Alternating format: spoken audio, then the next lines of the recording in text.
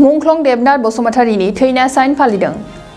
उदालगुरि जिल्लानि डिमाकुसि दखरानि सिङाव थानाय पश्चिम फतला गामिनि स्राफोर दैदेनगिरि मुंख्लं देबनाथ बसुमतारीनि थैनाय सानखौ उदालगुरि जिल्ला दुलाराय बर' फरायसा आफाद आरो डिमाकुसि दखरा दुलाराय बर' फरायसा आफाद जयै लोगो नांनानै बिथां देबनाथ बसुमतारीनि थैनाय सानखौ फालिदों।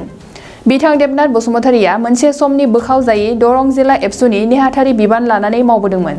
बे समावनो बिथां देबनाथ बसुमतारीया सुथुरनि आखायाव जिउ गोमानो गोनां जादोंमोन होननानै फोरमायदों। दिनैनि दिनाव मुंख्लं देबनाथ बसुमतारीनि बे थैनाय सानाव आं बिथांनि बेसेन गोसा जिउ सोलेरा जाहाथे सोरगोआव आलो गोजोन थायो आनान गसाइनि सायाव आरज गाबो। बिथांनि मुंख्लंआरि न'खरनि जि अबस्था बिथांमोननि न'खराबो जाहाथे मोजाङै दैदेनलांनो हायो बारलांनो हायो आनान गसाइनि सायाव आङो आरज गाबबाय। बिथाङा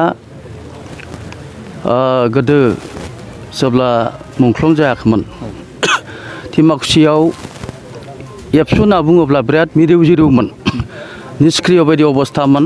बे समावबो बिथाङा गाहाय नेहाथारि जानानै बे ओनसोलाव उन्दुना थानाय बर' माहारिखौ फोजाखांनो थाखाय मोनसे साक्सेस रल लानो हादोंमोन आरो बे समावनो दुलाराय बर' फरायसा आफाद बे डिमाकुसि दखराया गोख्रों महर लादोंमोन। बेनि उनाव लासै लासै बिथाङा माजबात नावहेरुआ बेयाव दरं जिल्ला बर' फरायसा आफादनि कनफारेन्सआव बिथाङा थांदों।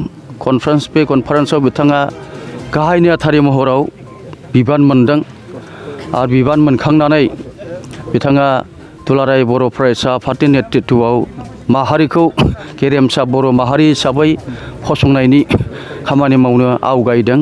बेनि उनाव लासै लासैहै बिदिनो बिथाङा जेब्ला मुंख्लं जानाय सममोन बे दरं जिल्ला बर' फरायसा आफादनि लेङाइ आफादगिरि हिसाबै पजिसनाव दंमोन। बिथाङा दरं जिल्ला बर' फरायसा आफादनि एगजिकिउटिभ मेलाव थांनो थाखाय ओंखारदोंमोन। बै दिनखालावनो 1991नि 7 फेब्रुवारियाव बिथांखौ जिउ फोजोबनाय जाहैदों। जों बयबो मिथिगौ बै समाव जेब्ला उपेन्द्रनाथ ब्रह्म बिथांनि नेतृत्वआव दुलाराय बर' फरायसा आफादा 2, 3, 4 आर्टिकल मथे आलादा हादर बड'लेण्ड सोरजिनो थाखाय नारा नाथा जुजिदोंमोन सोमावसारदोंमोन। होमब्ला बे समाव माने जोङो एबसुखौ मोननै बाहागोआव नुनो मोनदोंमोन। उपेन्द्रनाथ ब्रह्मनि मोनसे बाहागो आरो सैनारि एबसुनि मोनसे बाहागो।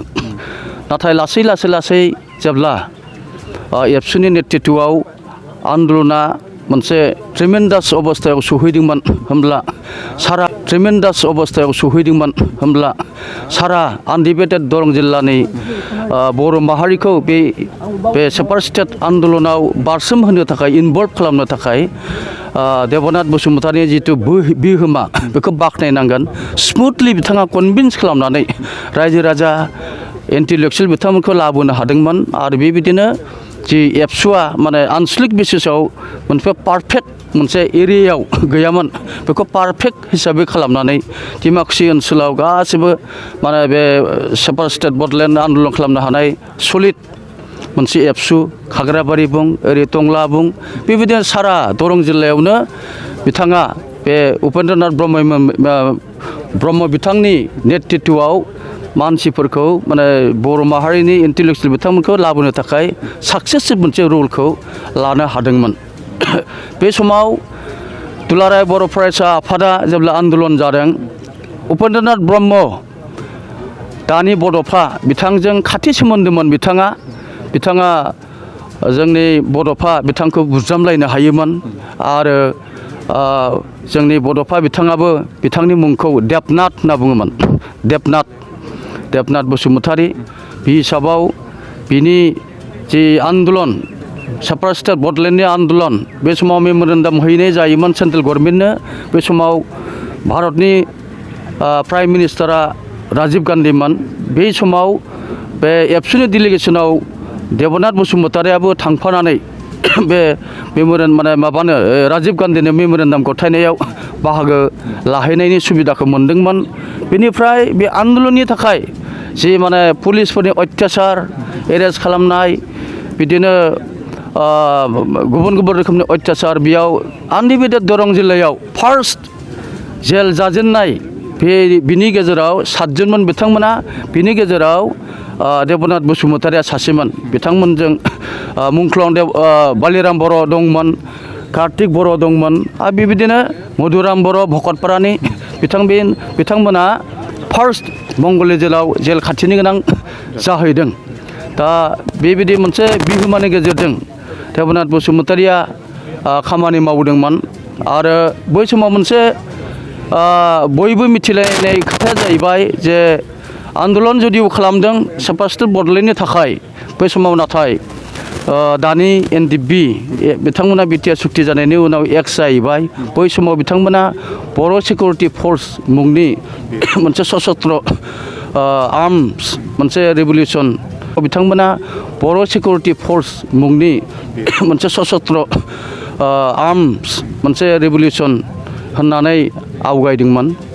होमब्ला एबसु आरो बे BSFनि गेजेराव नारा नाथा बेखौ बे नायलायनो हायै माने माहारियारि मोनसे दाङाबाजि दंमोन। होमब्ला बेयावनो भुल बुजाबुजिनि गेजेरजों BSF बिथांमोननि आखायावनो देबनाथ बसुमतारिया दिनैनि बे दिनाव 1991 मायथाइयाव जिउ फोजोबनो गोनां जाहैदों, जिउखौ बावनो गोनां जाहैबाय।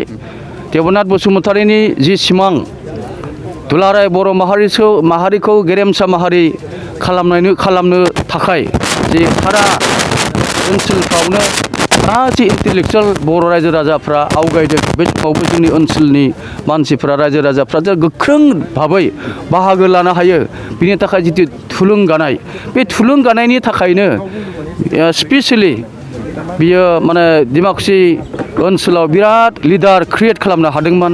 साखाथि बाखाथि ओरैहाय भेरगाम आनसलिक कमिटि एबसु, खाग्राबारि, टंला, खैराबारि बेफोरबायदियाव माने मोजां मोजां लिडार बिथांनि नेतृत्वआव सृष्टि खालामनो हानायखौ जों नुबोदों। आरो आङो LP स्कुलनिफ्रायनो बिथांजों लोगोसे फरायदोंमोन।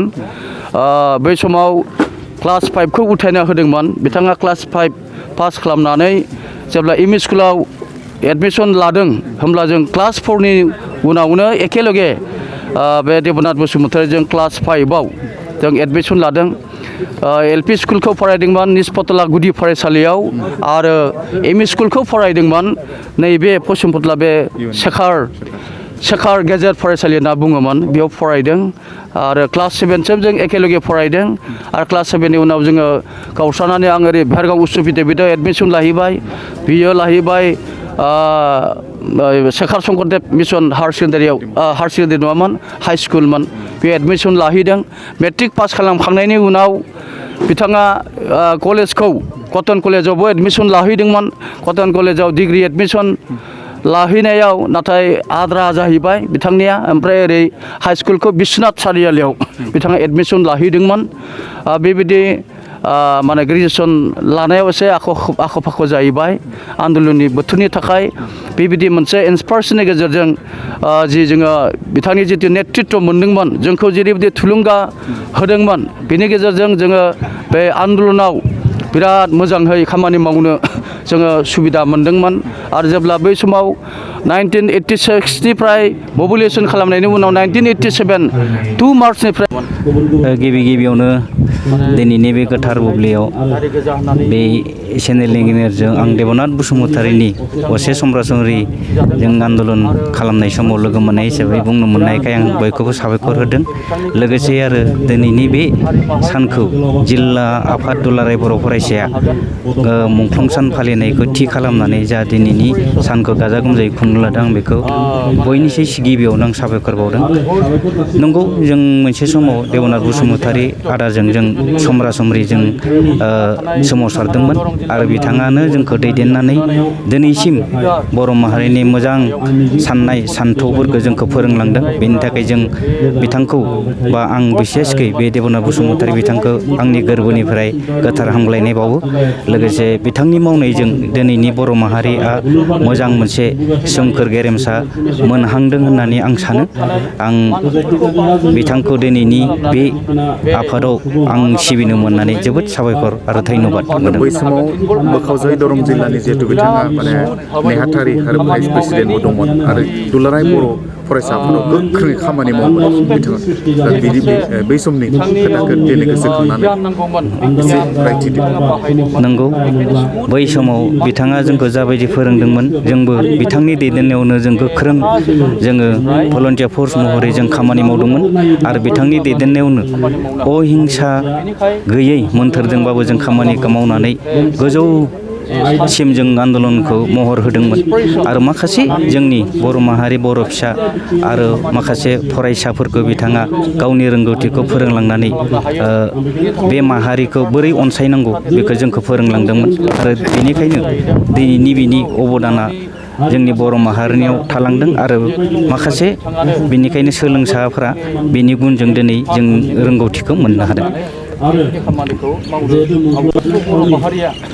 आरो लोगोसे दिनैनि बे सानावनो आं बेखौ मोनसे बर' माहारिनि जा संगठन बा राजनिति हान्जाफोराव दङ बिथांमोनखौ आं खावलायनो सानदों। बिथांनि जा दिनैनि बे गोथैसालि सह बे सहखौ जाहाथे बयबो अनसायनानै मोजांहै साखोन सिखोनहै बा मोजांहै मान होनायनि गेजेरजों मोजां दिथाखौ गायफुंनानै गालाङो आं बेखौबो जिल्ला आफादनिसिम आं गुरै खावलायहरदों। गोजोनथाव खौरां, गोसो गुदुं फरायसा एबा सुबुंफोरनि थाखाय टारगेट कचिं इनस्टिट्यूटआ बेसेन गोसा सुबिदा लानानै फैदों। जायफोर बिथांमोना banking, railway, SSC, insurance, defence, Assam police बायदि आनजादनि थाखाय साखाफारा जानो मोजां खाबु मोनाखै, बैसोर बायदि फरायसा एबा सुबुंफोरनि थाखाय मोनसे मोजां खाबु सफैदों। बरपेटा रड बिशाल मेगा मार्टनि साखाथियाव थानाय आमतलाव बे टारगेट कचिं इनस्टिट्यूटखौ खुलिनाय जादों। आथिखालनि साख्रि मोनै आरो बेकार जेंनाखौ नोजोर होनानै बे टारगेट कचिं इनस्टिट्यूटआ सोलोंसाफोरखौ गोबां गियान होनो थाखाय राहा लादों। बे टारगेट कचिं इनस्टिट्यूटआव सोलोंथाइ होनो लानाय आयदाफोरा जाबाय banking, railway, SSC, insurance, defence आरो आसाम पुलिस। जायफोर सोलोंनो गोसो गुदुं बिथांमोना टारगेट कचिं इनस्टिट्यूटआव मुं थिसननो एबा गोबां मिथिनो थाखाय 8134097059 एबा 8638961177 जानबुं नाम्बाराव जगाजग खालामनो हागोन।